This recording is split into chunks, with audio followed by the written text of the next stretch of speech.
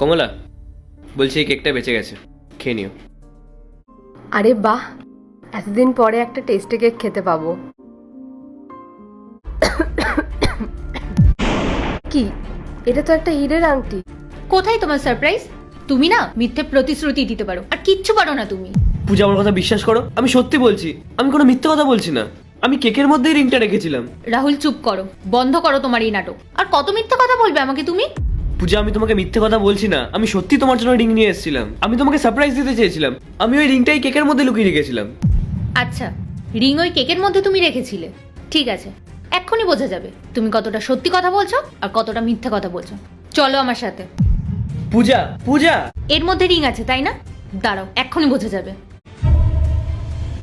দেখো, কোথায় আছে এর মধ্যে রিং? তুমি দেখতে পাচ্ছ? আমি তো দেখতে পাচ্ছি না। আসলে কি বলো তো, তুমি আমার জন্য না কোনো সারপ্রাইজ প্ল্যান করোনি। তুমি আমাকে ভালোই বাসো না, এখানে এনেছো শুধুমাত্র আমার সাথে টাইম পাস করার জন্য। দিদি, দাদার কোনো দোষ নেই। দাদা আপনার জন্য সত্যিই আংটি এনেছিল। এই নিন আপনার আংটি। এটা তোমার কাছে আসলো কি করে? দাদা যখন আমাকে কেকটা দিয়েছিল আর আমি যখন কেকটা খাচ্ছিলাম, তখন আমার মুখে এই আংটিটা চলে এসেছিল। Rahul, I am sorry. আমি ভেবেছিলাম তুমি আমার সাথে মজা করছো, আমাকে মিথ্যে কথা বলছো। আর এটাকে তো দেখে মনে হচ্ছে এটা ডায়মন্ডের রিং, অনেক expensive. I love you Rahul.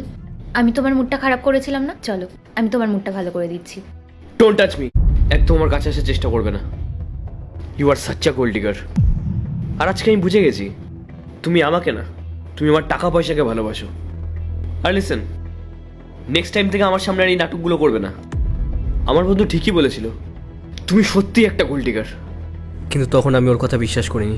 আমার মতন গোল্ড ডিগার মেয়ের জন্য না, আমি আমার ভাইয়ের মতন বন্ধুর সঙ্গে ঝগড়া করেছি।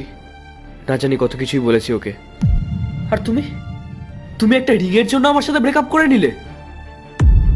ফেরত দাও এই রিং আমাকে, আর বেরিয়ে যাও এখান থেকে। রাহুল, আমি বলছি তো আমি ভুল করেছি, প্লিজ আমাকে ক্ষমা করে দাও। আমি তোমার আর একটাও ফালতু কথা শুনতে চাই না। বেরিয়ে যাও আমার চোখের সামনে থেকে, বেরিয়ে যাও। কমলা, এদিকে এসো। কমলা, তুমি আমাকে একটা কথা বলো। তুমি যখন এই রিংটা পেলে, তখন তুমি এটাকে ফেরত দিলে কেন? তুমি তো এটাকে বাইরে কোথাও নিয়ে গিয়ে বিক্রিও করে দিতে পারতে। আসলে দাদা, কেউ যদি আপনার সাথে এরকম ভাবে কথা বলে, তাহলে আমার একদম ভালো লাগে না। তাই সেজন্যই আমি দিয়ে দিয়েছিলাম। কমলা, তুমি কি আমাকে বিয়ে করবে? আরে কি করছেন দাদা? আমি আপনার বাড়িতে কাজ করি। আপনি কত বড় লোক, কোথায় আপনি আর কোথায় আমি? কমলা, যদি তুমি হ্যাঁ বলে দাও, তাহলে আমি কখনো তোমাকে কোনো কষ্ট দেবো না, সবসময় খুশি রাখবো।